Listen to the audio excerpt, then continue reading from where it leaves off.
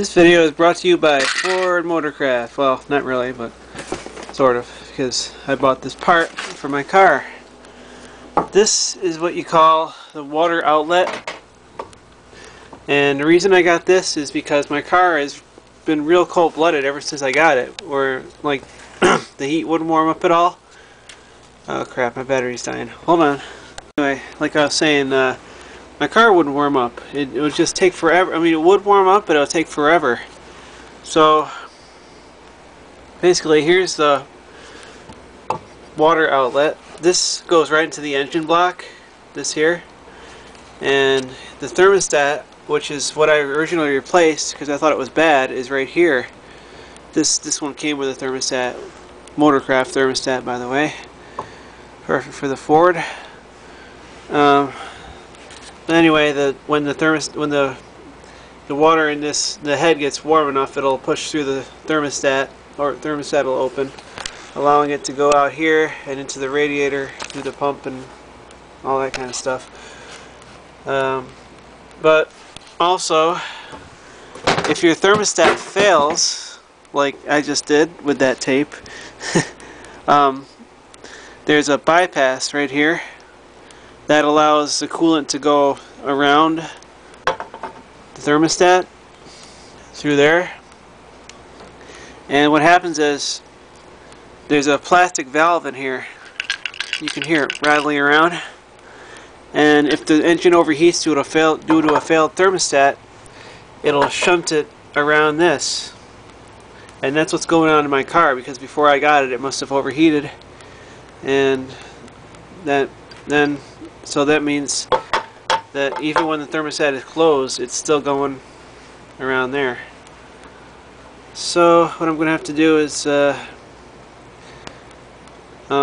take the old one of this off and put this new one on. Okay, this is a 97 Ford Escort, by the way. And as you can see, the water outlet is down underneath the ignition coil. So we're going to have to take it out. We got to remove that screw, that screw, and these two down here. These screws here take a 6mm socket, by the way. So we're just going to take this out. I've already had this off like 3 times, so this will hopefully be the last time I'll have to do this. Now we got that all unscrewed, so we're just going to kind of get it out of the way here. There's going to be a plug over here. Got to unplug that. We'll just remove that. Another bonus feature of watching this video all edited is you don't get to hear me complaining all the time. That was kind of hard to get off. That's nothing. You can just move this anywhere. I'm going to stick it over here. I took this off because it was easier to get to that bolt there, so that's why this is hanging out. But don't take all these off at once, because then you get them all confused and you won't be able to get them back on right, and you'll screw it up. So if you got to take one off, make sure you know where it goes. But that's why you take one off at a time. So now, oops. Now what we have here is the bracket that holds the coil. There's about 3 screws holding it on, or 4 screws. No, just 3. There's 2 up here, and there's 1 right down in there. We got to take those out. Okay, got that out. Let's take that out. Over here. My screws here. I think I just dropped that one. It went on the bottom. So I better find that before I drain the coolant out. Okay, I found the screw. Anyway, now you can see what I'm talking about. There's the old one. Here's a new one. So you get 2 new sensors with it too. So that's really cool. And so we're just going to take the old one out now. There's 3 bolts. There's one there, one down there. I don't know if you can see it. And there's one way under that other side. And we gotta take those out. And you're gonna lose coolant when you do this. So it's a good idea to have a pan under it. I'm gonna go get one.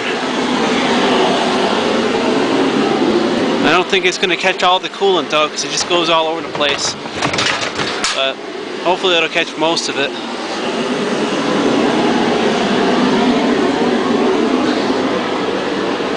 Just gonna stick it under here, about where you think it's gonna drip, but like I said, it's gonna go all over, so make sure you have a bottle of coolant too when you do this.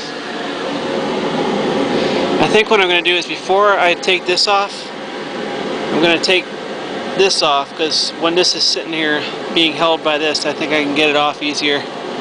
So I'm gonna try and do that. That's gonna be a pain in the ass, but it's gotta come off. Okay, well, I got the clamp off, but I decided to take this off first because I'm gonna really have to fight with this to get it off. And that back there is gonna be really hard to get to.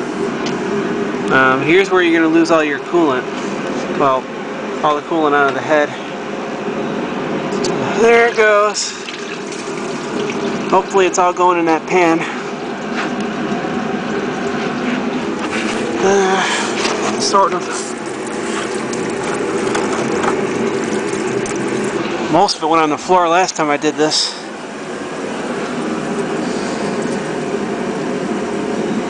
Anyway, that's all clear now.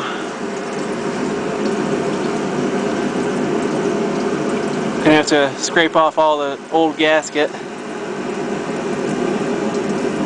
so it'll just come right off. I put some RTV sealant on it last time. Anyway, I'm gonna try and get this old water outlet out now. Okay, I got this off finally. Sometimes you gotta stick a screwdriver, like you gotta try to carefully stick a flat screwdriver right here. Kind of try to get under the hose, kind of break the seal. Or you can take a pair of these pliers, which is what I did. Kind of carefully turn it until it breaks free. And now I can turn this, and I can get to that real easy. So that's the heater hose right there. That'll come out, and then I can get that gasket material off of there, put it back together. Okay, finally got it out. It's like a freaking body part in my hand. And you notice it doesn't rattle. And this one does. So, yep, that one's trash. I'm also going to put a new hose clamp on. I don't know if that's going to work. That's pretty messed up, but that'll work for this one. So say goodbye to it. Okay, I got it all bolted on.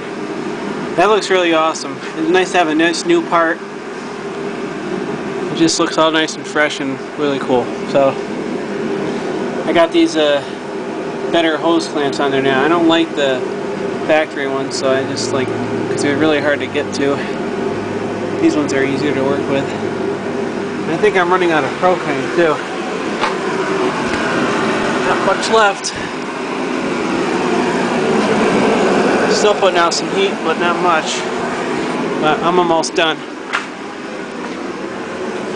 Now all I gotta do is put that bracket back on and put the coil back on, and I'm done. And oh yeah, and I gotta put antifreeze in it too. Okay, I got the bracket back on. It's really tricky getting that bolt down there in, but I got it. Now all I gotta do is put the coil back on, plug it back in, screw it down, and we're good to go. Alright, we got everything back together now. I put some coolant in. So should be good to go. Gonna start it up and see how it works.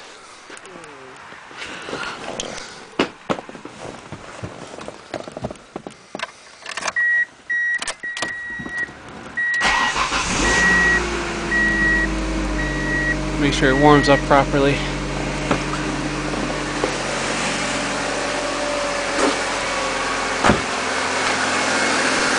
Might take a little bit more coolant once the thermostat opens. Oop, get my glove out of there.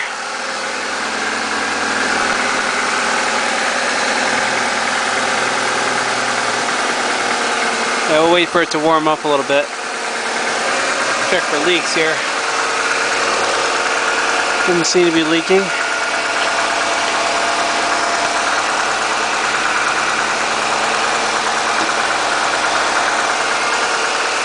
I'm going to go take it on a little test drive. It's still warming up here.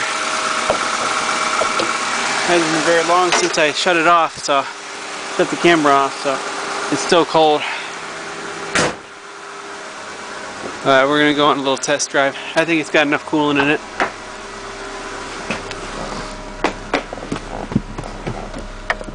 See if it warms up any faster.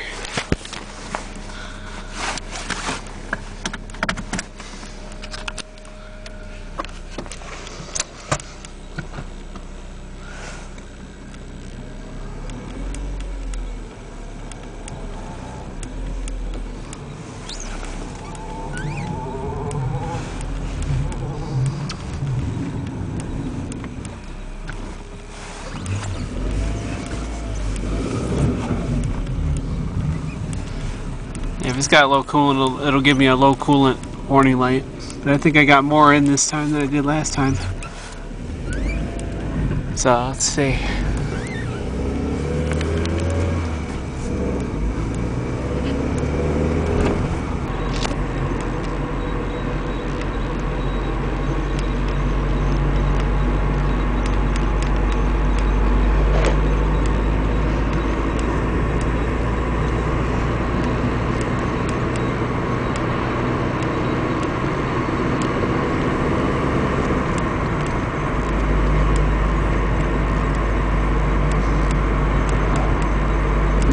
I think it's warming up a little faster. I don't know.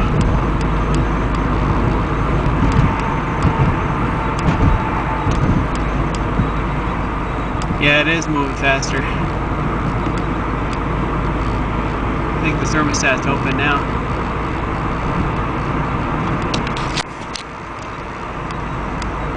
Yeah, it's definitely warming up faster. It wouldn't be this warm down here already. Okay, well, we're back home. Seems to be doing alright. All the coolant that I spilled is evaporating. That's what all that steam is.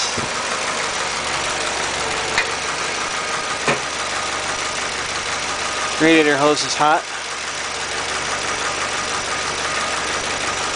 And I think we're good to go. Alright, anyway, thanks for watching the video.